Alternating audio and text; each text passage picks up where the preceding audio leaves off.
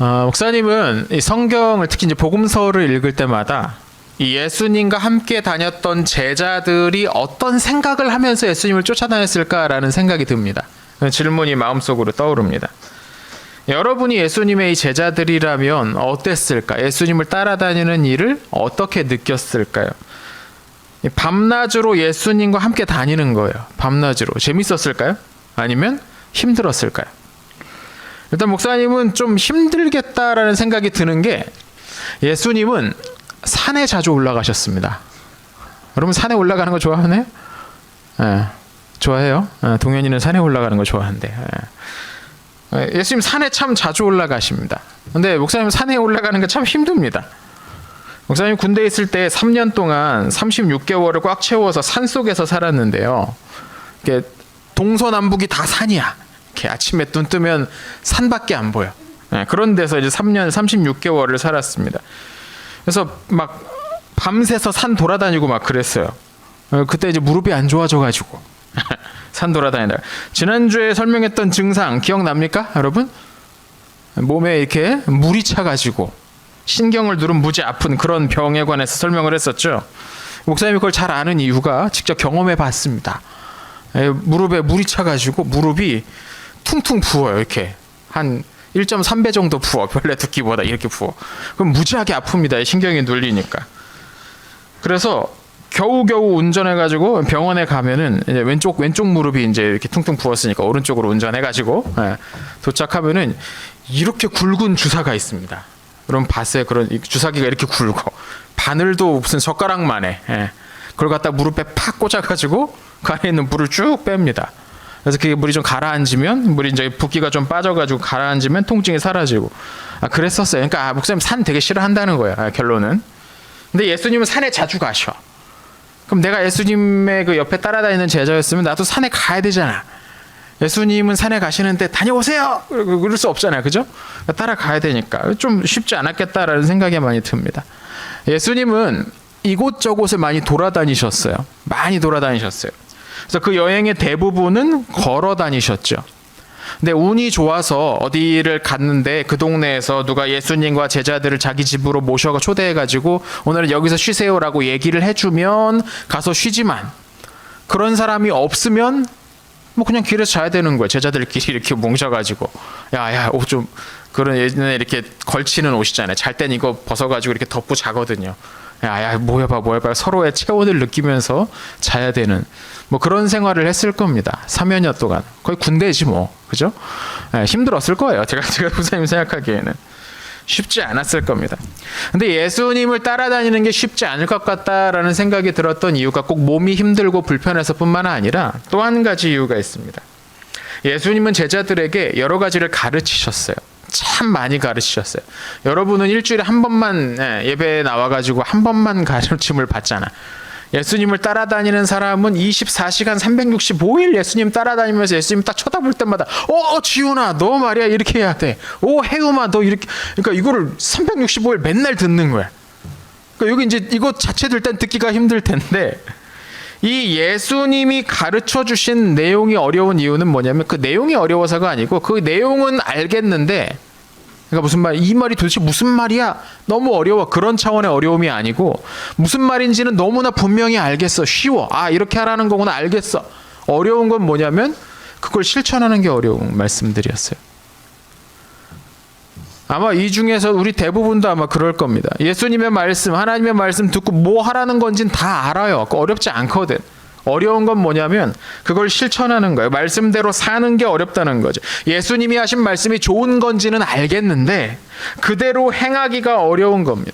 아마 오늘 우리가 읽었던 누가복음 몇 장입니까? 17장. 여기에 나오는 이 말씀도 아마 그런 종류의 말씀 중 하나였을 겁니다. 먼저 우리 본문 1절을 같이 한번 읽어봅시다. 17장 1절 다시 한번 같이 읽을게요. 시작. 예수께서 제자들에게 이르시되 실족하게 하는 것이 없을 수는 없으나 그렇게 하게 하는 자에게는 화로다. 자, 먼저 어려운 단어가 나왔습니다. 실족이 뭘까요?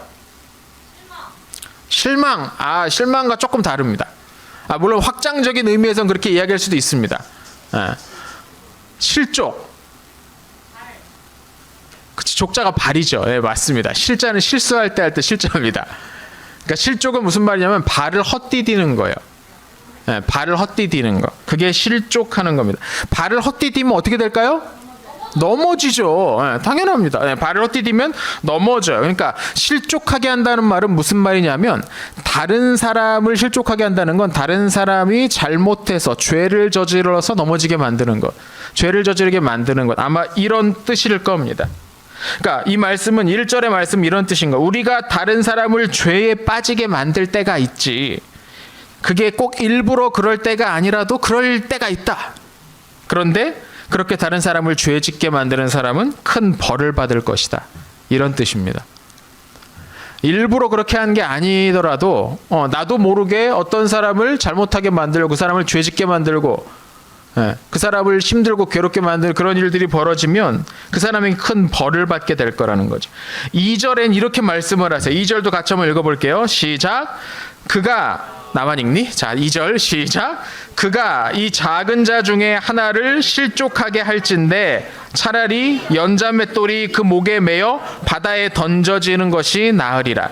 자, 여기서 이 작은 자, 즉 어린아이 하나라도 죄를 짓게 만든다면 차라리 연자맷돌을 그 목에 메고 바다에 던져지는 게 낫다. 여기서 또 어려운 단어가 나왔습니다. 연자맷돌. 맷돌은 알겠는데 연자맷돌은 뭘까요? 맷돌은 어떻게 돌려요? 큰 돌판 두 개를 이렇게 겹쳐가지고 이렇게 돌리죠. 연자맷돌은 그거보다 훨씬 더 커요. 한 3m 이상 될 거야. 큰 거는 뭐 작은 거나 1m 정도도 되고 이따만하게 커요. 그거를 옆에 놓는 게 아니라 세워놔요. 그리고 막대기를 꽂아서 요렇게 돌립니다. 그럼 요렇게 라인을 따라 이렇게 돌아가죠. 사람이 돌릴 수 있겠어요? 힘들죠. 물론 힘센 사람은 돌릴 수 있죠. 근데 여기는 없어 보인다. 예. 근데 원래 이건 뭐가 돌리면 보통 말이나 노새나 이런 짐승들을 가지고서 돌리게 하는 거예요. 그러니까 집에서 혼자 먹을 때는 가족끼리 먹을 때는 그냥 맷돌로 작은 맷돌로 이렇게 갈면 되는데 이렇게 대규모로 많은 양을 할 때는 연자 맷돌을 사용을 합니다. 자, 그 연자 맷돌을 줄로 깨워서 목에다가 딱 걸면 어떻게 될까요? 힙해 보이겠죠. 네, 막 이러고 다니겠죠. 예. 움직이지도 못할 거예요. 그럼 너무 무거우니까 끌려다닐 겁니다. 돌이 막 1m 막 이렇게 되는 건 뭐 톤 단위 나오지 않겠습니까? 그걸 어떻게 들고 다니겠어요? 힘들겠죠. 그것을 매달고서 바다에 던져지면 어떻게 될까요? 바다 속으로 꺼러러럭 빠지게 되겠죠. 푹 빠지게 될 겁니다.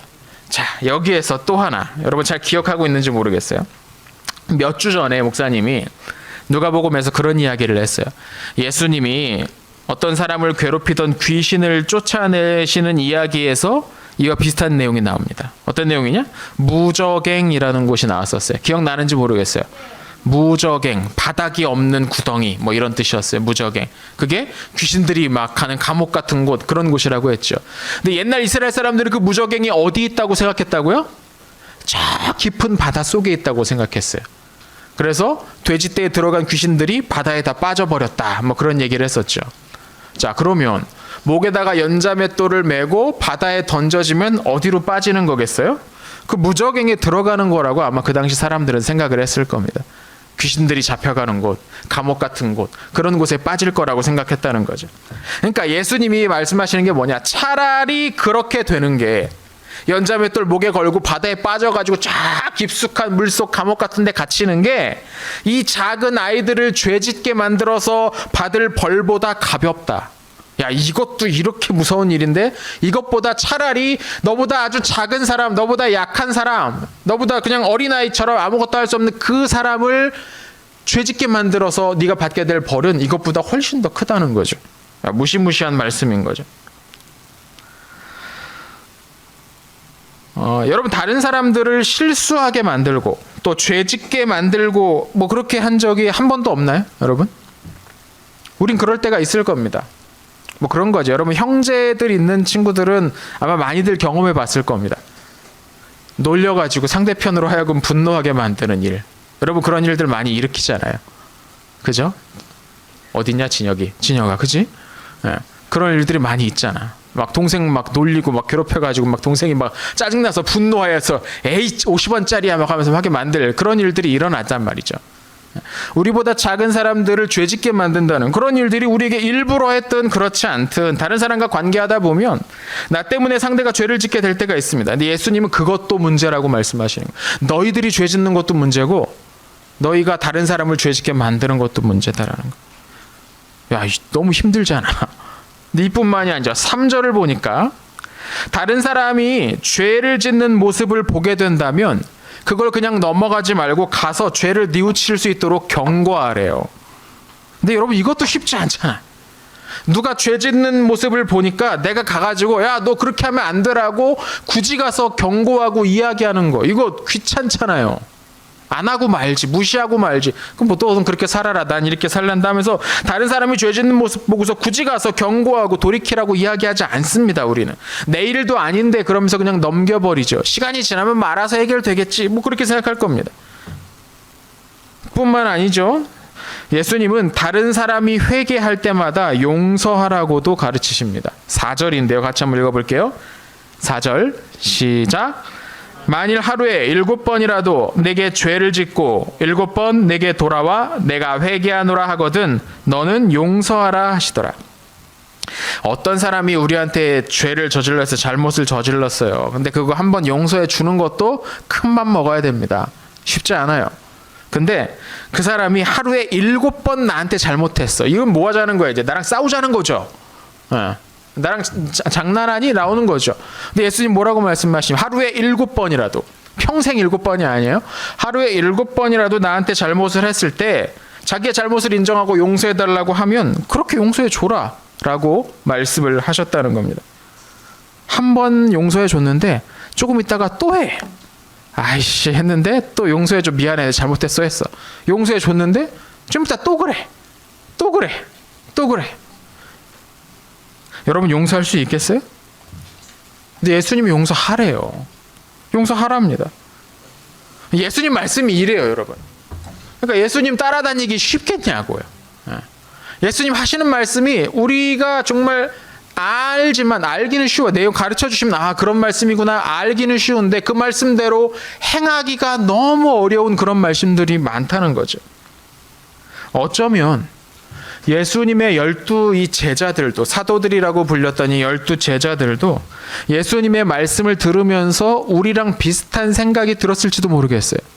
우리처럼 아, 이 말씀 이거 좋은 말씀인 것 같긴 한데 이 말씀대로 어떻게 살 수 있을까? 그거 가능한가? 에이, 나는 안 되지. 뭐 이런 마음을 제자들도 품었을지 모르겠어요.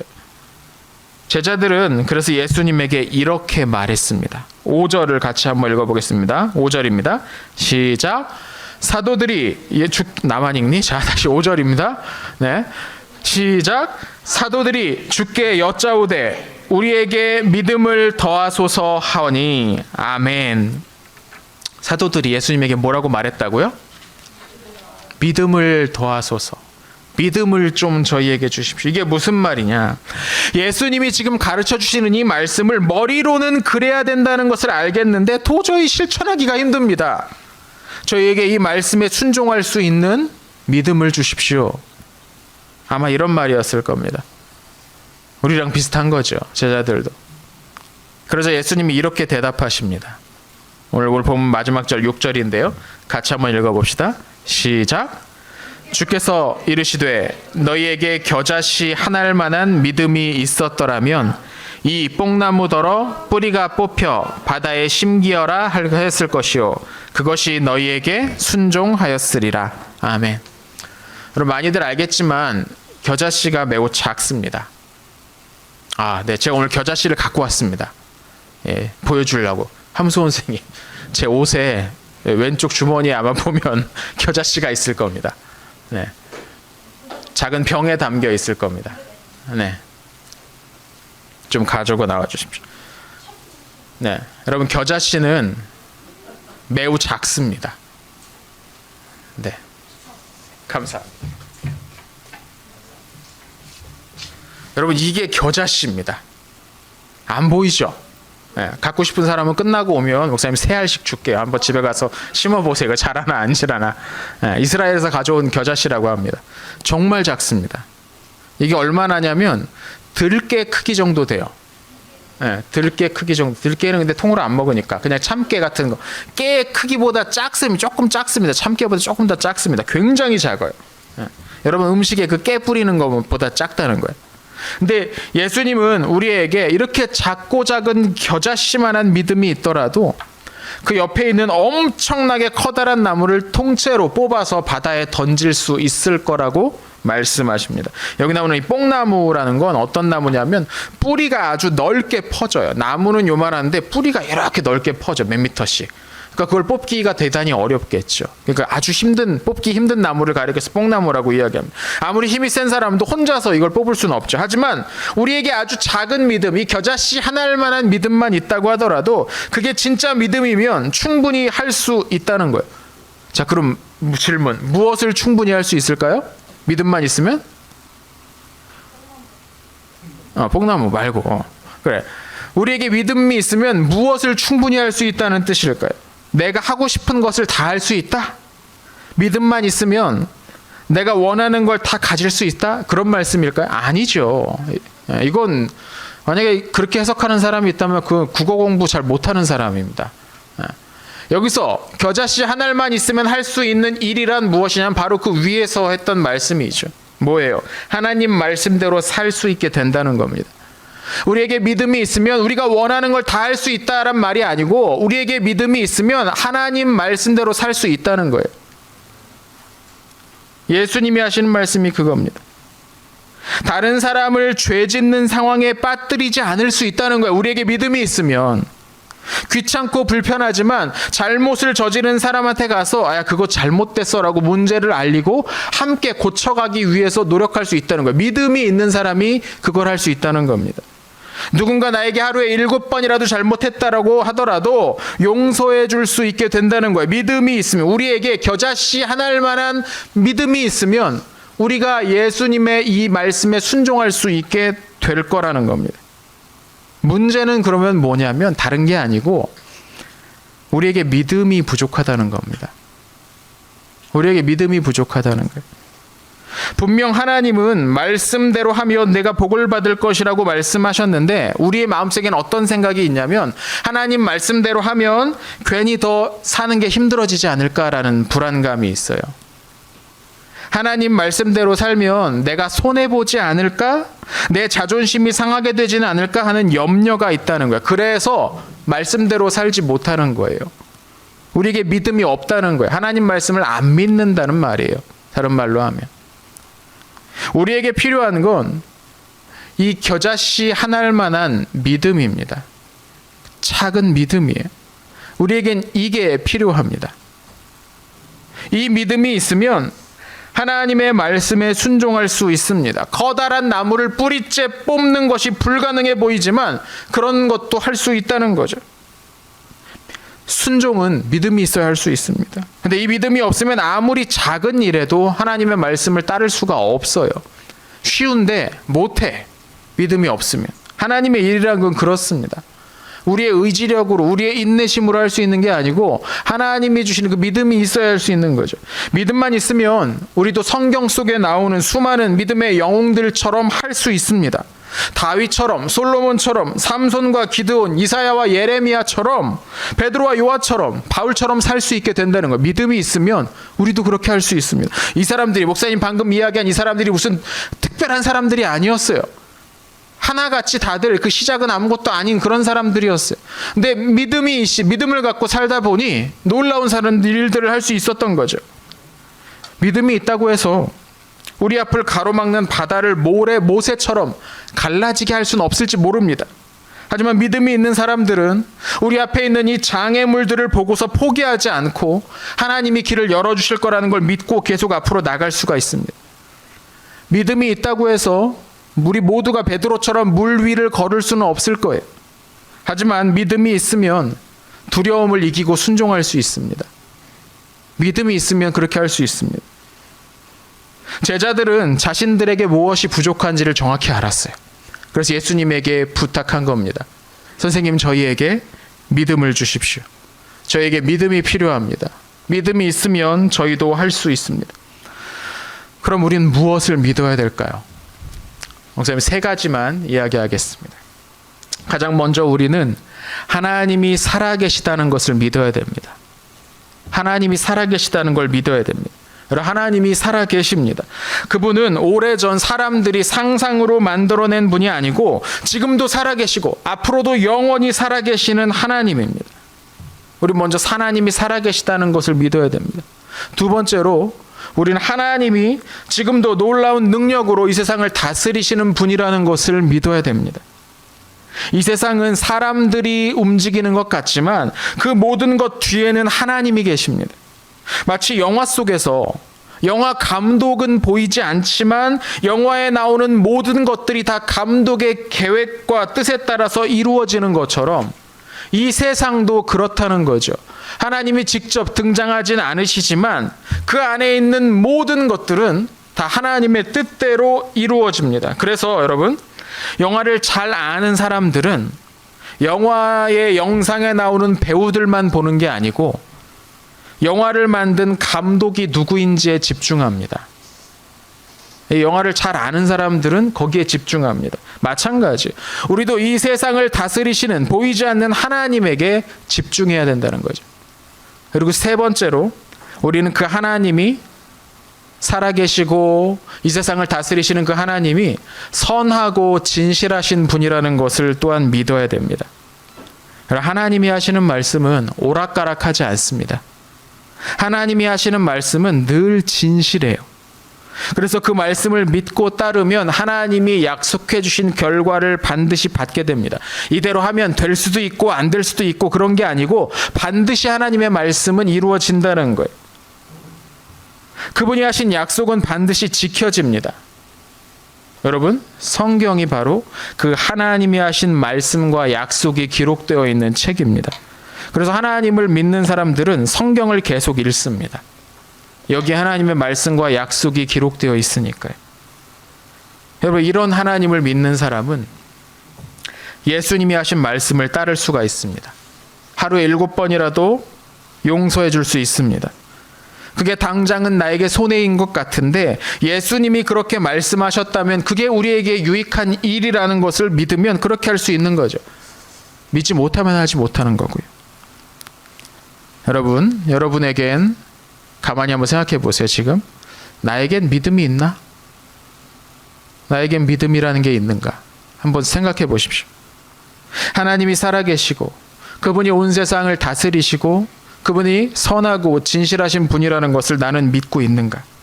하나님의 말씀대로 살면 그 말씀에 기록된, 결국엔 그 기록된 그 복을 받게 될 거라는 것을, 그 약속을 나는 믿는가? 겨자씨처럼 작은 믿음만 있어도 우리는 순종할 수 있습니다. 온 세상을 다스리시는 위대하신 하나님을 믿는다면 그분의 말씀을 읽고 듣고 순종하게 되는 거죠. 그럼 불이 났다고 생각해 보세요. 불이 났는데 계단에 연기가 쭉 해가지고 계단으로 내려갈 수도 없어요. 엘리베이터도 중단됐어요. 근데 저 창밖에 구조대원들이 와서 밑에다가 이따만한 에어 쿠션을 설치해 놨어요. 뛰어내리래. 여러분, 뛰어내릴 수 있겠어요? 왜 뛰어내릴 수 있어요? 내가 여기 뛰어내려도 죽지 않고 안전하다는 걸 믿으니까. 만약에 그걸 못 믿는 사람은 어떻게 되겠어요? 못 뛰어내리겠죠. 불에 타 죽겠죠. 마찬가지입니다. 하나님께서 우리에게 말씀을 하셨는데 이렇게 하면 너네 살 수 있어. 이렇게 하는 게 너네에게 행복을 가져다 줄 거야 라고 말씀을 하셨는데 그 말씀을 믿으면 그대로 해서 그 복을 받게 되겠죠. 그러나 그 말씀을 믿지 못하면 우리는 말씀 안으로 뛰어내리지 못할 겁니다. 결국 약속된 복을 받지 못하게 되겠죠. 그런 겁니다. 우리에게 필요한 건요, 엄청나게 큰 믿음이 아닙니다. 이 겨자씨 하나만한 작은 믿음, 그거면 충분합니다. 큰 믿음, 작은 믿음이 따로 있는 게 아니에요. 아무리 작은 일이라도 하나님의 말씀을 믿고 순종하면 우리에게 믿음이 있는 겁니다. 내가 더 먹고 싶지만 주는 것이 받는 것보다 더 복이 있다는 그 말씀에 따라서 에이 그래 너 하나 더 먹어 하면서 오빠한테 이거 하나를 더 밀어주는 것, 이게 믿음인 거지. 잘 생각해. 그냥 내 마음이 착해서 주는 거 말고 하나님이 그렇게 말씀하셨으니까 난 줄래라고 한다면, 그렇게 순종한다면 여러분 마음에 믿음이 이미 있는 겁니다. 나한테 계속 잘못한 사람이 용서를 구하면 아직 속이 상해도 예수님이 용서하라고 하셨으니까 그 말씀대로 용서를 하겠다고 하는 사람, 그런 사람에게 믿음이 있는 겁니다. 그 믿음이, 그 작아 보이는 그 믿음이 우리를 구원으로 이끌고 그 믿음이 우리에게 하나님이 주시는 가장 큰 선물을 받게 해 줄 겁니다. 그런 말씀을 마무리합니다. 우리에게 믿음을 달라고 구하십시오. 제자들처럼. 하나님 저에게 믿음을 주세요라고 구하세요. 그리고 하나님 말씀을 더 가까이 하십시오. 많이 읽고 쓰고 외우고 묵상하세요. 우리 계속 진행하고 있는 VOF 미션들은 다 그 말씀을 더 가까이 할 수 있도록 돕기 위한 것들로 구성되어 있습니다. 그럼 여러분 꼭 해야 됩니다. 선물도 주고, 교회에서 선물도 주고, 하나님도 선물을 주고, 꽉 먹고 알 먹고, 청소하고 돈 주고, 뭐 다 그런 거 아닙니까? 말씀대로 행하는 여러분에게 복이 있을 겁니다. 이번 한 주 우리 믿음으로 하나님 말씀에 순종하는 그런 한 주가 되었으면 좋겠습니다. 해요마? 아멘. 그래, 기도합시다.